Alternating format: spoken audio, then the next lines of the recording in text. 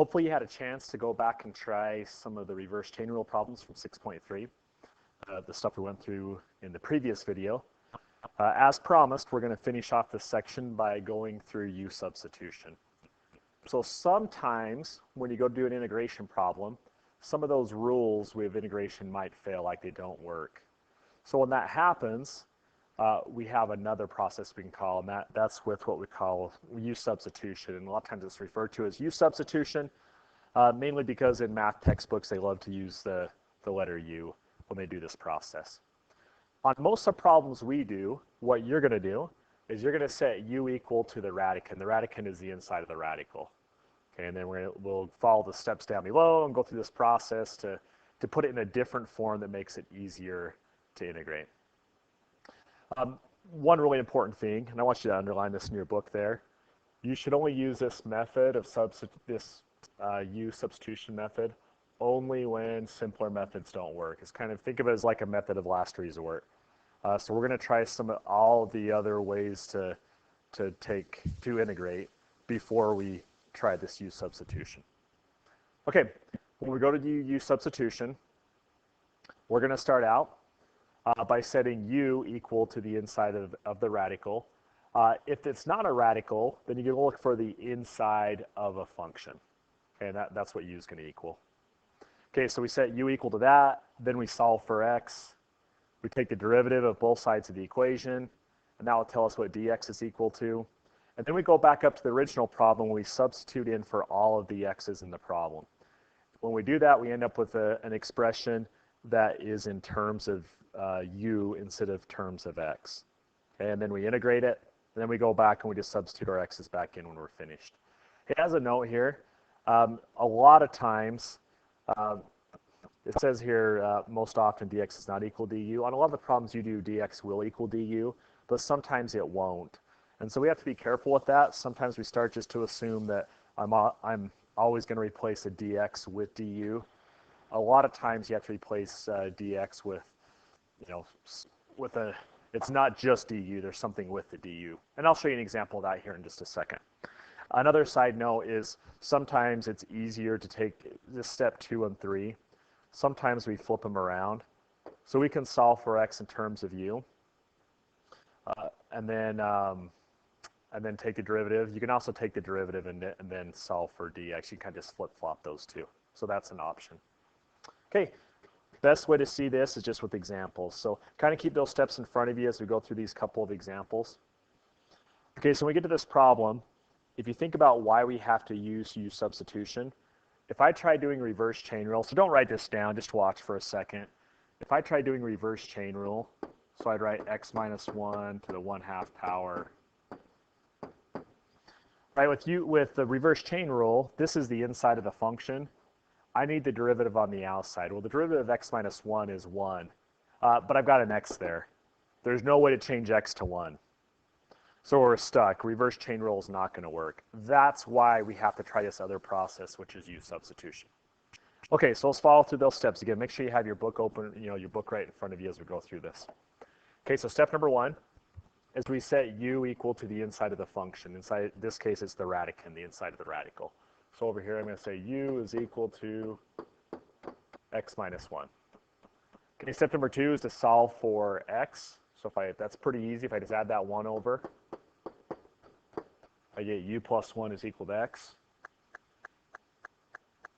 Okay, next step, take the derivative of both sides. When I do that, if I take the derivative of u, then we say it's just du. That means the derivative of u. The 1 goes away. Take the derivative of x, which is dx. Okay, all the way down through those first few steps. The next thing is to go back to that original function over here, and we're going to substitute we want all u's instead of x's. So let's start right here. In place of x, put what x is equal to. Well, x is equal to u plus 1. So I have the integral of u plus 1 times by the square root of, but in place of the x minus 1, let's plug in what we had for, u is equal to x minus 1. And then in place, we have a dx, and we don't want any x's, so in place of the dx, we're going to plug in du. So what I've done now is I've taken that problem, now instead of being in terms of x, it's in terms of u. what this also is, then let's go ahead and write that square root of u as u to the 1/2. So u plus 1 times u to the 1/2. What we've done is, if you look back up at the original problem, I could not really simplify. I couldn't distribute that x through. But now that and plus with the x minus 1, if I wrote it as x minus 1 to the 1/2 power, I can't do much with that because of the two terms on the inside. But now if you look at this problem down below, now instead of having an x plus 1 to the 1/2 power, I just have a u to the 1/2 power. And now I have a u over here. They have the same base, so now I can just distribute. So I have the integral of, and I add the exponents, right? U to the first times u to the 1/2 is u to the 1 plus 1/2, which is 3/2. Plus, distribute it through there. That'd be 1 u to the 1/2 du. So now I can distribute and simplify it down, so now I can use the power rule. I just have u to a power plus u to a power. Okay, let's integrate that. So u to the, add 1 to the power, so 3/2 plus 1 is 5/2, divided by 5/2, it's 2/5. I've got u to the 1/2, so add 1 to that would be u to the 3/2, divided by 3/2. Okay, we're almost done here. Really the only thing that's left is we want our answer in terms of x, not in terms of u. Let's go back and take what x is equal to, which is x minus 1, and plug it in here.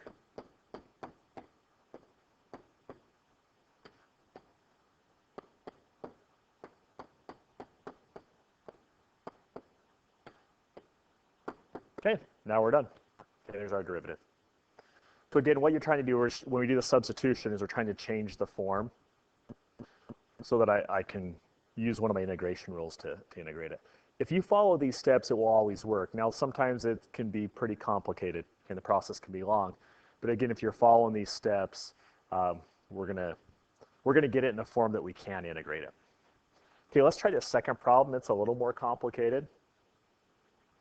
That's not it. Hold on just a sec here. There we go. So this is that example number 8 there, the last example on this section. All right, so if we look at this problem, if I were trying to do, again, reverse chain rule, this 2x plus 3 is inside of the 9, so that would be the inside. The derivative of 2x plus 3 is 2. So if that top part were equal to 2, I could do reverse chain rule. The problem is I can't change 2x minus 1 to be 2. There's no way to do that. So reverse chain rule is not going to work.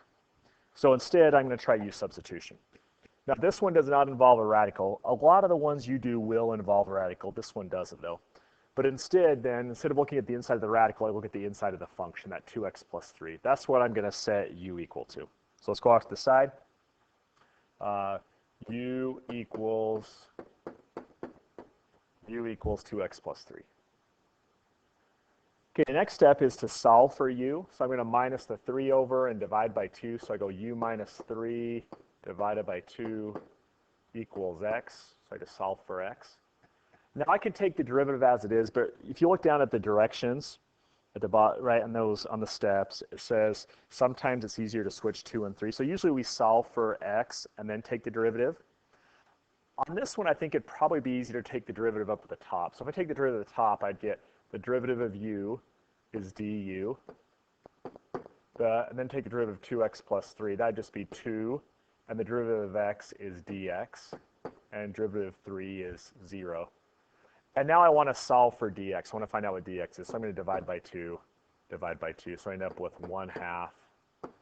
So dx equals 1/2 du.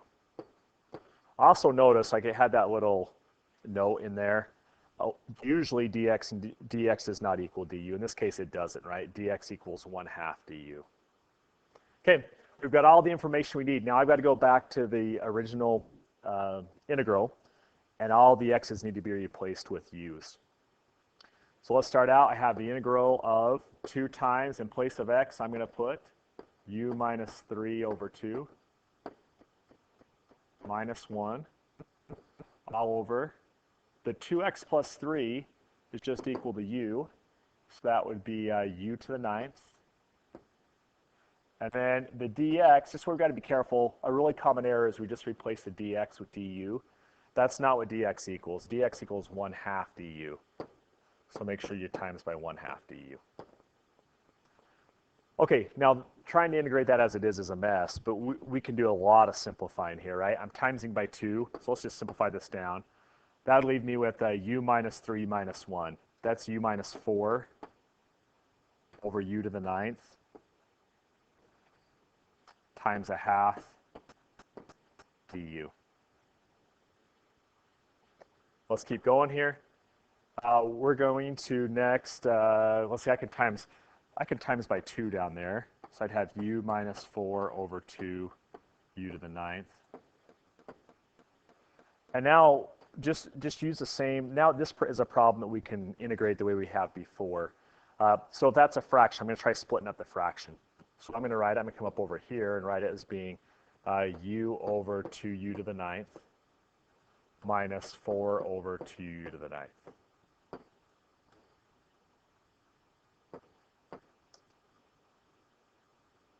Okay, so I can simplify this. That u and that u will reduce. Then I can move the u to the 8th up above, so I have the integral of u to the negative 8, because I moved it up, over 2, or 1/2. Let's just put it as 1/2. Sorry. So 1/2 u to the negative 8 minus, those reduce. I can move the u to the 9th up, so minus 2 u to the negative 9. Okay, the hard work's done. Like that, and you can see how these get complicated. There's a lot of work to do, and a lot of times the most work is, it's not the substitution. It's after you get it substituted right there. We've got to do a lot of work to get it in a form that we can actually integrate it. Okay, let's integrate this. So I'm going to have 1/2 u, and I add 1 to the negative 8, which is negative 7. Then I divide by negative 7. So I'm going to put that negative 7 down there if I'm dividing by negative 7. Minus 2 u to the negative 8, and I've got to divide by negative 8, plus c.